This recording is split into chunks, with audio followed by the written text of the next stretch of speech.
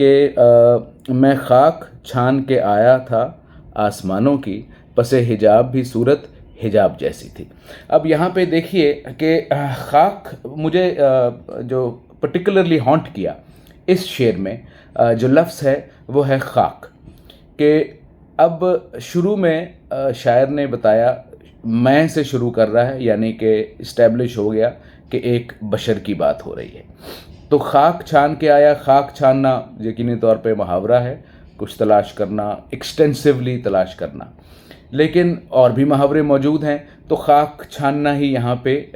کیوں استعمال کیا گیا؟ تو خاک کا تلازمہ اس پورے شعر میں بہت ضروری ہے، جو کہ میں چاہوں گا کہ اس سفر پہ آپ میرے ساتھ موجود رہیں، جب ہم یہ دیکھیں کہ شاعر جب الفاظ استعمال کرتا ہے اپنی شاعری میں، تو وہ ایک ایک لفظ اپنی جگہ پہ اگر عالی اور عرفہ نوعیت کا شعر ہے تو ایک ایک لفظ اپنی جگہ پر آپ کو نظر آئے گا کہ ہیرے کی طرح جڑا ہوتا ہے۔ تو اس پہ مزید بھی بات ہوگی، لیکن اس وقت کانسیپچولی بات ہو رہی ہے کہ خاک کی بات ہے۔ تو آپ اگر خاک کا تلازماتی سسٹم دیکھیں تو خاک کا ایک بنیادی تلازمہ ہے بشر کے ساتھ، انسان کے ساتھ۔ تو یہاں پہ خاک چھاننے کا محاورہ استعمال کر کے اور محاورے کی سلیکشن وہ جس میں خاک کا لفظ بھی ہو، تو خاک کا تلازمہ بشر کے ساتھ جوڑا گیا ہے کہ سب سے پہلے تو آپ اس چیز کا لطف اٹھائیں کہ بشر جو ہے وہ خاک ہے اور خاک چھاننا ایک محاورہ ہے، اور کس خوبصورتی سے ان دونوں کو آپس میں بلینڈ کر دیا گیا ہے۔ اچھا، اس کے بعد آتا ہے کہ میں خاک چھان کے آیا تھا آسمانوں کی۔ اب آسمان کے ساتھ بظاہر ہمیں خاک کا تلازمہ نظر نہیں آتا، کیونکہ خاک تو کچھ زمینی قسم کا کانسیپٹ ہے، اور اسپیس کو ہم سمجھتے ہیں وہ بہت واسٹ ہے، وہاں تو ہے ہی کچھ نہیں، کچھ موجود ہی نہیں ہے۔ تو حضور یہاں یہ دیکھیے، اور آپ بھی اس سے یقیناً لطف اٹھائیں گے کہ ایک کانسیپٹ ہے سٹار ڈسٹ کا۔ مجھے وہ اس کا اردو اس وقت ایگزیکٹلی ٹیکنیکل ٹرم ذہن میں نہیں آ رہی، میرا خیال ہے اس کی اتنی ضرورت بھی نہیں ہے اگر ہم سٹار ڈسٹ کے معنی سمجھ لیں کہ سٹار ڈسٹ، سٹار کا جب لفظ استعمال ہوا تو اس کا مطلب ہے کہ وہ آسمانوں کی، ہیونز کی، سکائز کی بات ہو رہی ہے، اور ڈسٹ تو آج کل کی ایک تحقیق، آج کل کی کیا، خیر سائنسی بالکل معین پیمانوں کے مطابق ہی وہ یہ ڈیسائیڈ کر چکے ہیں سائنسدان سارے کہ یہ جو کاسمک میٹر ہے یہ بنا گیا ہے سٹار ڈسٹ سے۔ تو وہ جو جا بجا، یعنی space consists of a cosmetic matter that is called stardust. تو اس کا مطلب یہ ہے کہ آسمانوں کے اوپر بھی خاک کا تلازمہ اور خاک کی موجودگی ثابت ہے۔ تو اس لیے ہم جب بظاہر آپ یہ دیکھیے کہ کس خوبصورتی سے شاعر نے آپ کو، جس کو وہ ہم پنجابی میں کہتے ہیں نا گیڑا کرانا، تو آپ کو آسمانوں پہ لے گیا کہ جہاں پہ آپ کو بظاہر یہ محسوس ہو کہ وہاں پہ خاک کا موجود نہیں ہے، وہ تو ایمٹی اسپیسز ہیں، لیکن بھائی وہاں پر بھی خاک موجود ہے، اس کو سٹار ڈسٹ کہتے ہیں، اور یہ کاسمک میٹر سٹار ڈسٹ ہی کا بنا ہوا ہے۔ اچھا، اب یہاں یہ بات، دونوں باتیں اپنی اپنی جگہ ثابت ہو گئیں۔ سب سے پہلے بشر کا تلازمہ خاک کے ساتھ ملایا، اور اس کے بعد ایک دور از تلازمہ آسمانوں کا خاک کے ساتھ ملایا نہیں بلکہ ثابت کر دیا۔ اب آپ یہ دیکھیے کہ ایک تو زمین ہے جہاں بشر بنیادی طور پہ موجود ہے اور حجابات کی زد میں ہے، اور ایک آسمان ہے کہ جہاں پہ شاید فلسفیکلی یہ سوچا جاتا ہے کہ شاید وہاں پہ حجابات، اگر آپ بشر ہوتے ہوئے اس مقام تک پہنچ گئے ہیں کہ آپ آسمانوں کی سیر کر سکتے ہیں۔ اچھا، یہاں میں ایک نہایت ادب کے ساتھ عرض کر دوں کہ اس شعر کا اور یہ جو ہماری گفتگو ہو رہی ہے اس کا واقعہ معراج سے کوئی تعلق نہیں ہے، وہ بالکل ایک الگ اور ڈیفرنٹ بحث ہے، اس کو ہم یہاں نہیں لے کے آئیں گے۔ ہم ایک نارمل انسانوں کی روحانی توفیقات کی بات کر رہے ہیں کہ اگر ریاضت شامل حال ہو، مرشدوں کا جیسے روحانیت والوں کا ماننا ہے کہ مرشدوں کی مرضی شامل ہو اور ہمارے نبی صلی اللہ علیہ وسلم کی مرضی شامل ہو، اللہ کی مرضی شامل ہو، ریاضت موجود ہو، پیچھے ایک نظام موجود ہو، کوئی نہ کوئی سلسلہ موجود ہو، تو انسان کے پاس یہ توفیقات حاصل ہو سکتی ہیں کہ وہ آسمانوں کی سیر کے اوپر جا سکتا ہے۔ تو یہاں پہ اسی روحانیت کو اور جو کانکریٹنس ہے اس دنیا کی، ان کو کس قدر خوبصورتی سے شاعر نے آپس میں ایملگمیٹ کر دیا ہے، مکس کر دیا ہے کہ میں کا لفظ استعمال کر کے اس نے بشر ثابت کیا، اور یہ ثابت کیا کہ میں زمین پر ہوں، یعنی کہ حجابات کی زد میں ہوں یا پریکٹیکل سائنس کی زد میں ہوں، اور اس کے بعد آسمانوں کا ذکر کر کے اس نے ایک روحانیت کی بات بھی کی، لیکن سائنٹیفکلی بھی ثابت کیا کہ وہاں بھی خاک ہی، یہاں پہ یہ دونوں زمین میں بھی خاک اور آسمان میں بھی خاک، یہ دونوں انہوں نے تلازمہ آپس میں جوڑا بلکہ ثابت کیا، جس سے کہ کم سے کم مجھے تو بہت لطف حاصل ہوا، بہت حظ اٹھایا، بہت میں نے سیکھا کہ شاعری کیسے ہونی چاہیے۔ لیکن اس کے علاوہ جب سوچیں، جسے ہم نے کہا تھا کہ ہم سرنگ میں داخل ہوئے، تو وہاں پہ ایک اور چیز بھی سامنے آئی، اور جب میں سوچنے بیٹھا تو مجھے یہ یاد آیا کہ جو سٹار ڈسٹ ہے وہ صرف کاسمک میٹر ہی نہیں ہے، بلکہ سٹار ڈسٹ ایک نئی تحقیق جو جاری ہے ابھی، اس کے مطابق جو ہمارے اجسام ہیں، جو زمین میں بھی اجسام ہیں، وہ بھی سٹار ڈسٹ ہی کے بنے ہوئے ہیں، یعنی کہ اس کے بیچ میں اتنے % ہائیڈروجن ہے، سلفر ہے، یہ ہے، میں اس بات کر سکتا ہوں اس کے اوپر بھی، لیکن وہ خام خواہ طوالت کی زد میں آ جائے گا یہ سارا سلسلہ، اور شاید اس کی اتنی ضرورت بھی نہیں ہے۔ لیکن بہرحال اس کانسیپٹ کو ذہن میں رکھیے کہ سائنٹیفکلی یہ بات بھی اس وقت پروو ہونے کے پروسیس میں ہے کہ جو سٹار ڈسٹ ہے، جو کاسمک میٹر ہے، وہی کاسمک میٹر جو ہے وہ انسانوں کے جسم کو بھی کانسٹیٹیوٹ کرتا ہے۔ تو اب آپ یہ دیکھیے کہ ایک روحانیت کو اور سائنس کو انہوں نے آپس میں کس طرح ملایا، اور اس کے بعد بشر کی اور روحانیت کی جب ذکر ہوا، اس کو انہوں نے کس طرح ملایا، اور یہ دیکھیے کس خوبصورتی سے انہوں نے یہ کہہ دی، یہ اس چیز کو ثابت کر دیا کہ بشر اپنی اس حالت میں، یعنی خاکی حالت میں، انسانی حالت میں، زمینی حالت میں بھی ایسا ہی ہے، اور جب وہ آسمانوں پر چلا جاتا ہے، ہیونز میں چلا جاتا ہے، سٹار ڈسٹ میں چلا جاتا ہے، تو سٹار ڈسٹ میں بھی اس کی جو وہاں پہ جسے ہم مابعد الطبیات تو نہیں کہیں گے، لیکن اس کے بیچ میں ایک اینگل ہے، اسی مابعد الطبیات کو اور طبیات کو، یعنی فزکس کو اور میٹا فزکس کو شاعر نے اکٹھا کیا ہے کہ وہی میٹر، کاسمک میٹر جو آسمانوں پر موجود ہے اور آسمانوں کی خاک ہے، وہی خاک زمین پر بھی موجود ہے۔ تو بشر اپنے بشری صورت میں بھی اور یعنی جسمانی صورت میں بھی اور روحانی صورت میں بھی ایک ہی ہے، اور ان سنک ہے with the cosmos, with the universe. تو یہ کس قدر خوبصورتی سے ایک مصرے میں یہ بات شاعر نے ہمارے گوش گزار کی، اور ہمیں سمجھ آ گیا اگر ہم اس شعر کو وقت دینے پر تیار ہیں تو۔ اچھا جی، یہاں یہ چیز پہلے مصرے میں ہو گئی، ثابت ہو گئی کہ میں بشر ہوں، میں یونیورس سے سنک ہوں،